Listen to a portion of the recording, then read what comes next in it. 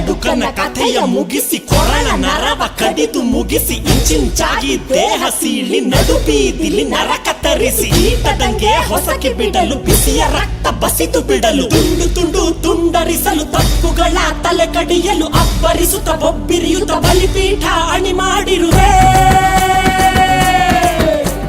ಬಂದಳು ಬಂದಳು ನೋಡು ಬಲಿ ಹಾಕುತ್ತಾಳೆ ಕಲ್ಪನಾ.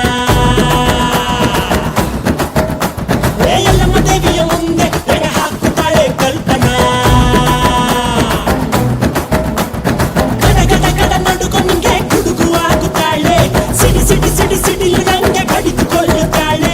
ಬಂದಳು ಬಂದಳು ಬಂದಳು ಬಂದಳು ಬಂದಳು ಬಂದಳಲು